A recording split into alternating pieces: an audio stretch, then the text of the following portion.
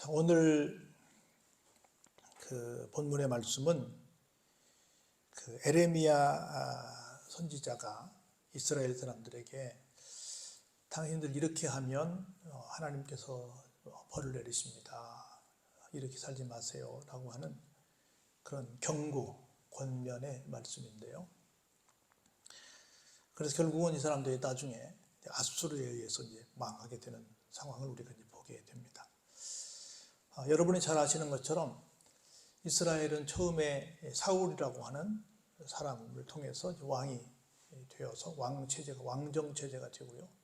그 다음 다윗이 이어받고 그 다음 솔로몬이 이어받아서 3명의 왕이 통일왕국, 그때는 분열된 건 아니니까 이스라엘 전체를 통치하는 왕이 됩니다.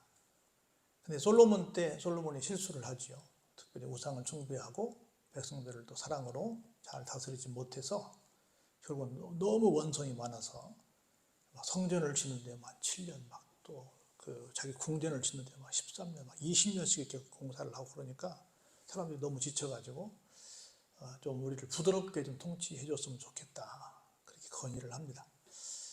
그랬더니 그 말을 안 듣죠. 그래서 결국은 국론이 분열이 됩니다.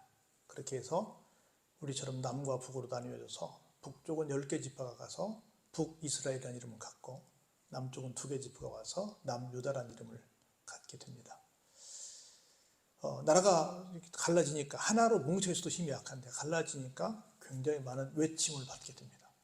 결국은 약해진 상황 속에서 북쪽이 먼저 망하고 나중에 남쪽이 망하게 되는데, 그럼 북쪽으로 뭐가 잘못된 체제가 좀 잘못됐다고 생각이 들어서 갈라져서 나갔으면 자기들은 정말 보란듯이 우리는 이렇게 나쁜 짓 하지 말고 나쁜 왕이 되지 말고 좋은 왕을 모시고 정말 보란듯이 한번 근사한 나라를 만들어 봤으면 좋겠다 하는 마음으로 해야 될 거 아니에요.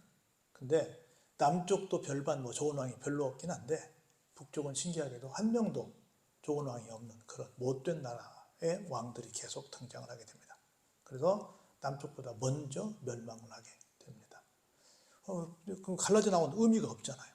새롭게 자기들끼리 와서 뭐 하겠다 그러면 잘해야지. 분열은 결국은 둘 다 망하게 되고요. 어떤 분명한 새롭게 살고자 하는 어떤 목적이랄지 명분이랄지 어떤 목표랄지 새로운 계획이 없으면 별반 다를 바가 없다. 그래서 항상 하는 말이지만 우리가 어떤 걸 주장할 때는 그 속에는 뭐가 있어야냐면 대안이 있어야 됩니다. 오늘 한국에 극도로 이렇게 막 서로 갈라져가지고 서로 막 나 옳고 넌 나쁘다고 막 말을 합니다. 그런데 그 많은 말들 중에 이렇게 하면 됩니다라고 하는 대안이 없는 거예요. 다 계속해서 원망, 불평, 비판, 비난만 막 쏟아져 나오지, 그것보다는 이건 이렇게 하면 되고 저건 저렇게 하면 되고 모아서 이렇게 하면 좋은 나라 될 수 있습니다 라고 하는 대안이 있어야 되는데 대안이 없는 계속 비난만 하는. 참 신기한 게 뭐냐면 이제 막 어떤 일이 터지면 방송에 많은 똑똑한 패널들이 와가지고 막 얘기를 합니다. 이 사건에 대해서 어떻게 생각합니까? 지금 이 사안에 대해서 어떻게 생각합니까? 그러고 막 이야기들을 막 해요. 언젠가 보면 그 사람들이 다시 그 자리에 가 있어요. 근데 그 사람들 가서 보면 또 똑같은 짓을 하고 있는 거야. 거기서 막 조언할 때는 뭐 기가 막히게 저 사람이 그 자리에 가면 잘할 것 같아 라고 기대했는데 그 자리에 가서 보면 또 별반 다를 바 없는 똑같은 일을 하고 있어서 이게 무슨 소리야 할 때가 참 많이 있습니다. 정말 대안이 있는 그런 상황이 됐으면 좋겠다. 그래서 대안이 없이 그냥 나눠져서 하나도 힘이 약한데 둘이 갈라졌으니 얼마나 힘이 약해요. 둘 다 망해버리는 결과를 가져왔고 갈라졌지만 분명히 똑바로 살지 못해서 오늘 이런 끔찍한 결과를 받게 된다라고 하는 얘기를 보는데, 어떻게 살았기에 이렇게 큰 경고를 받고 있는지 한번 보시면서 혹시 우리 속에도 이런 모습은 없는지 한번 보시면서 반면교사 삼는 시간 되기를 바랍니다. 첫 번째로 여호와의 말씀이 내게 임하니라. 내게는 누구죠? 에레미야죠. 에레미야 선지자에게 하나님의 말씀이 임했습니다. 어떤 말씀이 임했냐면 첫 번째로 볼까요? 2절에 가서 예루살렘의 귀에 외칠지니라. 하나님을 믿는 사람들이 가서 뭐 해라? 외쳐라, 그 말입니다. 외쳐라. 여호와께서 이와 같이 말씀하시기를, 뭐라고 말씀하시냐면 내가 너를 위하여 내 청년의 때의 인애와 내 신혼 때의 사랑을 기억하노니 곧 씨 뿌리지 못하는 땅 그 광야에서 나를 따랐음이니라.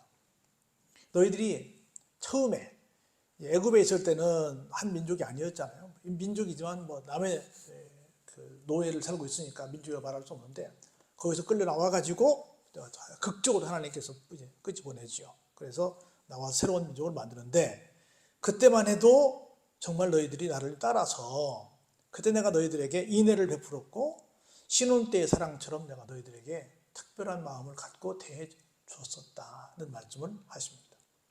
왜요? 그때만 해도 어땠다?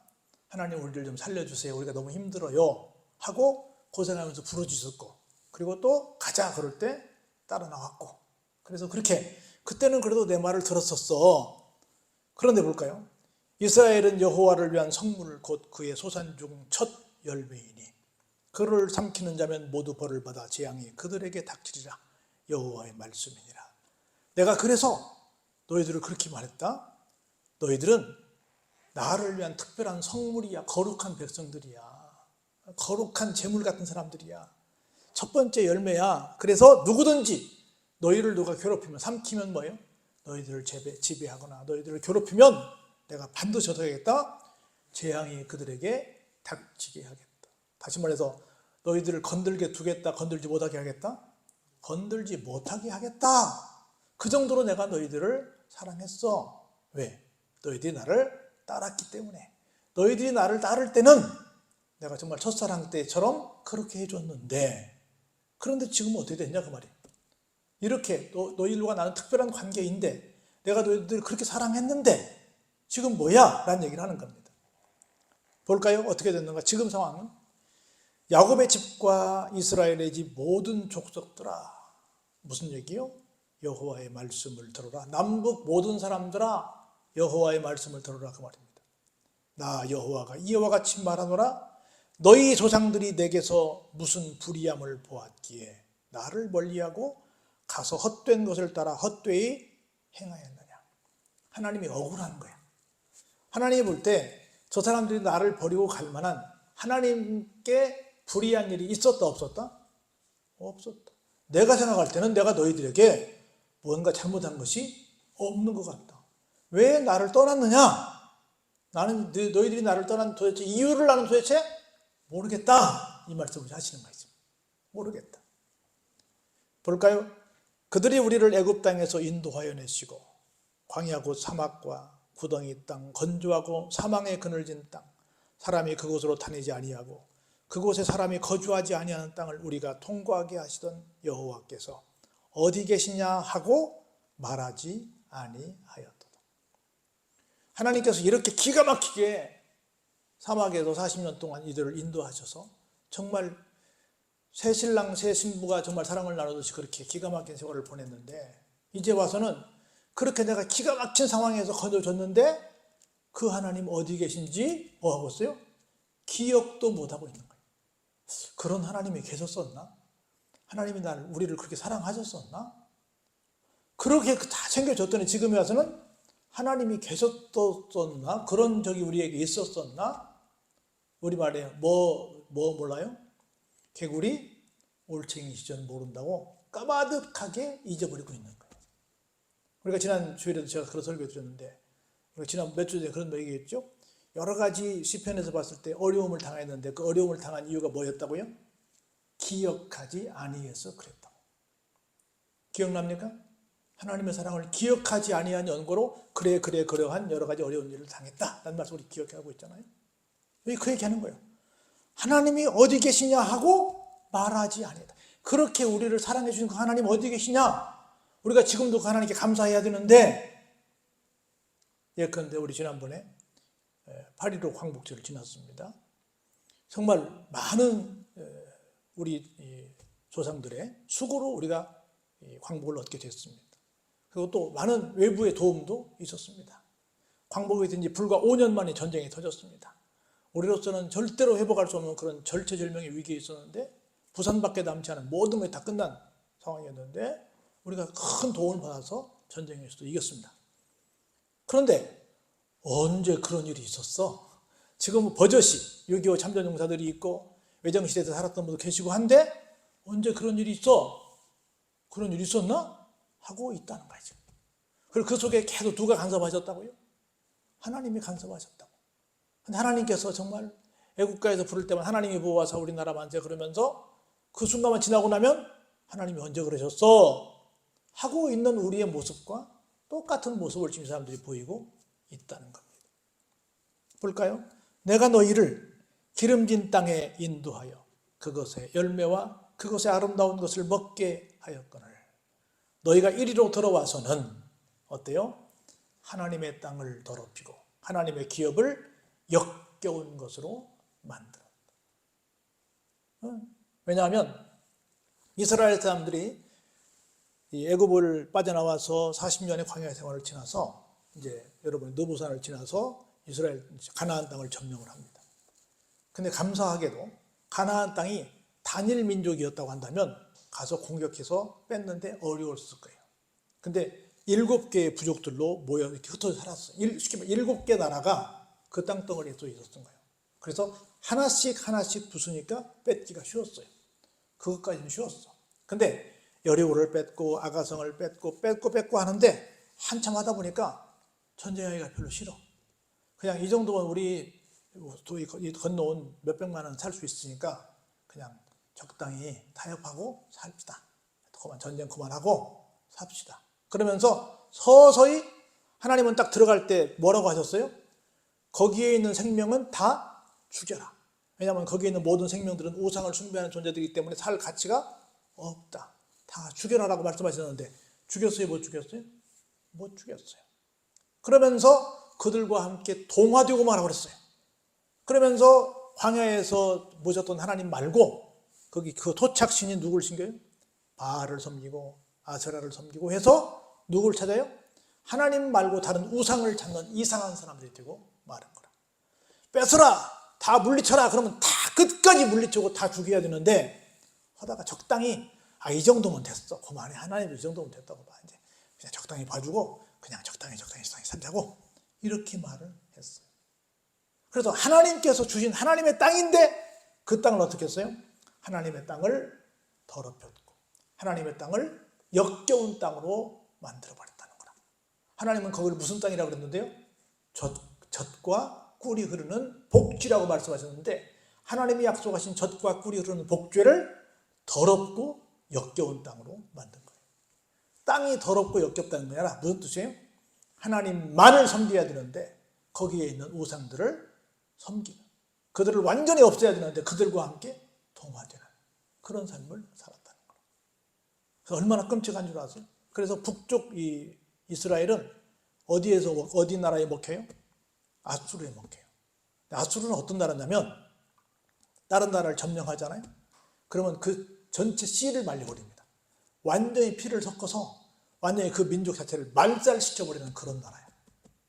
그래서 그렇게 가서 적당히 그렇게 북쪽 사람들이 어울리고 사니까 하나님께서 무슨 민족을 들어서 페르시아도 아니고 바벨론도 아니고 저쪽 애굽도 아니고 그리고 저쪽 그리스 아테네도 아닌 가장 악랄한 민족인 아수르에게 멸망을 당하게 합니다. 왜? 그쪽 사람들과 함께 너희들도 다 없어져야 될 사람들이다라고 하는 뜻이 그 속에 있는 거예요. 아수르가 그런 나라였어요. 그리고 이제 바벨론이나 메데파사 같은 경우는 그냥 인정했어요. 조국만 잘 바치면 그렇게까지 막 잔인하게 하지 않았어요. 그래서 여러분이 아시는 고레스 때 어떻게 했어요?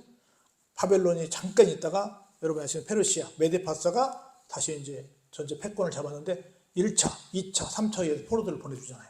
그리고 성전도 짓게 하고 성곽도 세우게 하고 했잖아요. 근데 아수르는 완전히 다 멸절시켜버리는 그런 아주 잔인한 나라였단 말이죠. 아수르가 나쁜 나라이긴 하지만 왜 그랬어요? 이 북이스라엘이 그렇게 살았기 때문에 해필 망해도 그런 나라한테 망하게 한 거예요. 어느 나라한테 망해도 안 되지만 해필 그런 나라에게 망하게 한 거예요. 왜? 하나님께서 주신 그 땅을 더럽고 역겨운 땅으로 만들어 버렸기 때문에. 볼까요? 자, 어떻게 살았는가 볼까요? 제사장들은 여호와께서 어디 계시냐 말하지 아니하였으며 율법을 따르는 자들은 나를 알지 못하며 관리들도 나에게 반역하며 선지자들은 바알의 이름으로 예언하고 무익한 것들을 따랐느니라. 뭐요? 총체적 위기에 있는 거예요. 오늘 제가 뉴스를 보니까 전 세계의 많은 기독교인들이 한국을 보고 이렇게 평가합니다. 한국 기독교를 보고 한국 기독교는 이단에 먹힌 기독교가 됐다. 한국 기독교는 이단에 먹힌 기독교가 됐지 말하는 거예요. 여러분 보세요. 크게 잡아서 한 천만 좀 뻥튀지만 우리 기독교인이 1000만 명 정도 된다고 그럽니다. 그런데요, 열심을 다하고 있는 이단은 200만 정도 된다고 한답니다. 그리고 열심을 다하는 교인은 150만 명 정도 된다고 한답니다. 나머지는 그냥 별로 의미 없이 그냥 교회 이름만 두고 왔다 갔다 한다는 거예요. 그래서 결국은 열심을 다하는 200만 이단과 열심을 다하는 정상적인 교인 150만 명의 전쟁 속에 있다는 거라. 근데 우리 모든 교인들이 인정할 때 열심을, 아무리 열심히 교회 기성교회도 한다 하더라도 기성교인의 열심이 특심이라 그래요? 이단들의 열심이 특심이라 그래요? 우리가 인정하는 것처럼 이단들의 열심이 특심이라고 그러잖아요. 200만 대 150만이 싸우는 거야. 나머지는 다 구경꾼이야. 나머지 교인들은. 난 제일 우리나라, 제가 교회를 평생을 다니면서 이해가 안 되는 게 뭐냐면, 조금 이해가 되긴 하는데 이해가 잘 안 되는 것이 하나 있어요. 주일 낮 예배는 1부, 2부, 3부, 4부 막 이렇게 막 몇 부 드려. 근데 사장님은 몇 부 드려요? 거의 1부 드려요. 많이 드리면 2부 정도 드려. 그리고 수요일 날이나 금요일도 마찬가지야. 주일 낮에만 썬데이 교인이야, 전부 다. 주일 낮에는 막 굉장히 많이 온대. 근데 나머지는 너무너무 오는 거야. 그리고 교회 등록교인, 출석교인 따지고 보면 엄청나게 차이 나는 거야, 또. 등록교인은 굉장히 많은데 출석교인은 또 얼마나 더 적은지 몰랐다. 이게 뭐예요? 열심을 하는 사람과 그렇지 않은 사람을 대비하고 있는 상황인 거라. 그래서 세계의 신학자들은 말합니다. 한국 교회는 이단에게 진 교회다. 얼마나 부끄러워요. 그건 개인적으로 나나 우리 교인들은 이단에 빠지지 않은 것에 대해서 얼마나 감사한지 몰라. 얼마나 많은 사람들이 이단에 넘어갔는데. 이단에 빠지지 않은 걸 감사하시기 바랍니다. 그리고 끝까지 이단에 빠지지 마시기 바랍니다. 여기 지금 발철에 그렇게 말씀하시는 거야. 도대체 어디 있는지 모르겠단 말이야. 뭐 하는지 모르겠단 말이야. 지금 이 사람들이 딴 데 가서 다 고개를 숙이고 있다는 거예요. 볼까요? 그러므로 내가 다시 싸우고 너희 자손들과도 싸우리라. 여호와의 말씀입니다. 이런 잘못된 모습을 보시고 하나님께서 뭐 하시고 작정하셨어요? 내가 너희들과 싸울 거야. 세상에 얼마나 무서운 말씀이에요. 내가 너희들과 싸울 거야.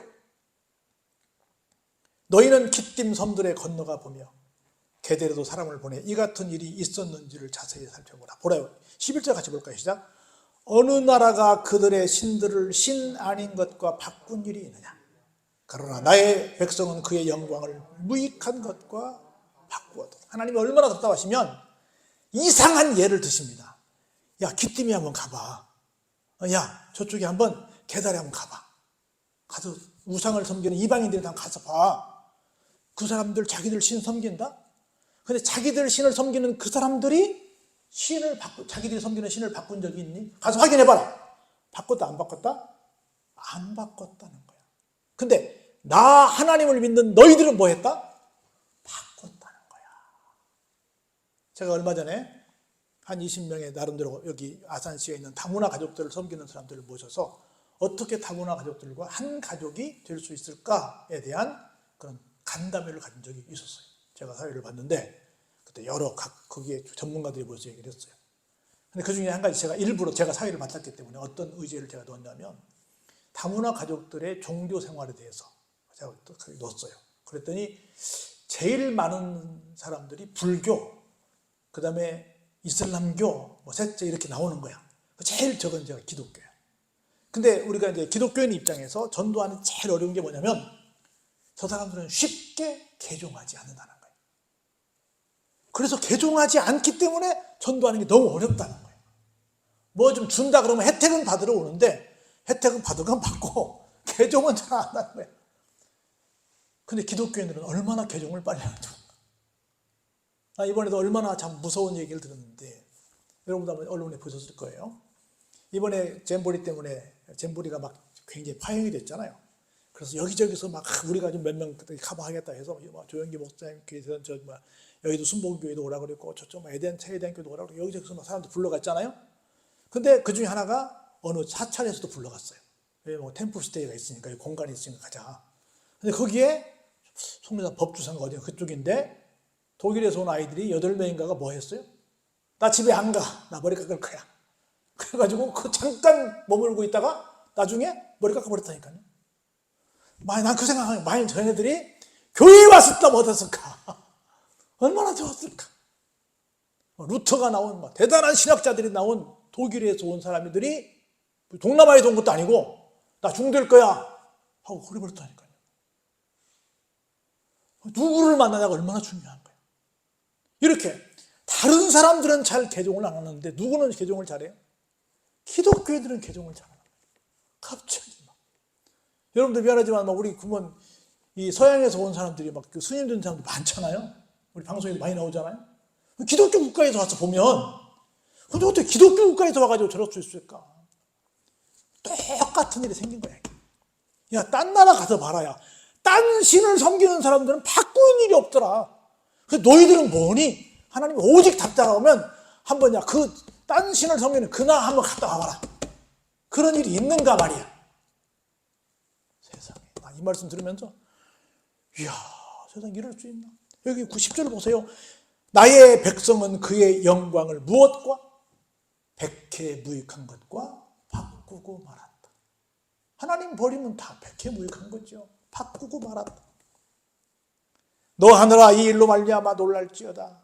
심히 떨지어다. 두려워할지어다. 누구의 말씀이에요? 하나님의 말씀이라는 거라. 하나님을 버리고 다른 걸 선택하는 것은 놀랄 일이고 떨 일이고 두려워할 일이라는 거예요. 절대로 하나님 떠나지 마시기 바랍니다. 절대로. 그러면서 한번 우리 너무 유용한 말씀이다 한번 읽어볼까요? 내 백성이 2가지 양을 행하였는데 곧 그들이 생수의 근원되는 하나님을 버린 것과 스스로 웅덩이를 판 것인데 그것은 뭐예요? 그물을 가두지 못할 터진 웅덩이다. 생수의 근원이 누구신데요? 하나님이시고 너희들은 죽으라고 어디 가서 공을 들여봤자 그건 다 뭐예요? 밑 빠진 독에 물 붓기다. 터진 웅덩이다 라고 하는 거예요. 그것이 너희들이 선택한 내가 보는 2가지 악이다 라고 말씀하시는 거예요. 얼마나 무서워요. 그러면서 이렇게 말씀하십니다. 야, 내가 택한 이스라엘 사람들이 종이냐? 씨종이냐? 어찌하여 뭐가 됐냐? 포로가 되었느냐? 너희들 종이 아닌데 왜 포로가 되었냐? 어린 사자들이 그를 향하여 부르짖으며 소리를 질러 그의 땅을 황폐하게 하였으며 그의 성읍들은 불타서 주민이 없게 되었으며 놋과 다바네스의 자손도 내 정수리를 상하였으니. 다 너희들은 종이 아닌데 다른 나라 사람들이 와가지고 너희들을 다 뭐예요? 다 종 삼았다는 거예요. 그리고 너희들이 어디를 상하게 했어요? 너희들의 머리를 다 상하게 했다는 겁니다. 내 하나님 여호와가 너를 길로 인도할 때 내가 그를 떠남으로 이를 자취함이 아니냐. 이건 쳐들어온 사람의 문제예요. 스스로 이스라엘 사람들이 그 일을 자초한 거예요. 스스로 자초한 거예요. 왜? 하나님께서 인도하실 때에 하나님의 길을 어때요? 따르지 않고 떠났기 때문에. 네가 시올의 물을 마시려고 애굽으로 가는 길에 있으면 어찌 되며 또 내가 그 강물을 마시려고 앗수르로 가는 길에 있으면 어찌 되느냐. 지금 네 고국을 떠나서 어떤 사람은 애굽으로 뛰고 어떤 사람은 지금 앗수르로 끌려가고 도망가고 그러는데 왜 그 좋은 데를 놔두고 이 천지사방으로 흩어지는 일은 어찌 된 일이냐는 거예요. 마지막 볼까요? 같이 시작. 이 이유는 내 악이 너를 징계하였고 내 반역이 너를 책망할 것이라. 그런즉 내 하나님 여호와를 버림과 내 속에 나를 경외함는 것이 악이요 너에게 주어지는 고통인 줄 알라. 주 만군의 여호와의 말씀이니라. 이렇게 된 건 다 누구 탓이라고요? 하나님을 떠난 네 탓이라는 거죠. 하나님을 떠난 사람의 자기가 선택한, 자기가 자취한, 스스로 취한 자기의 결과물이라고 하는 거라.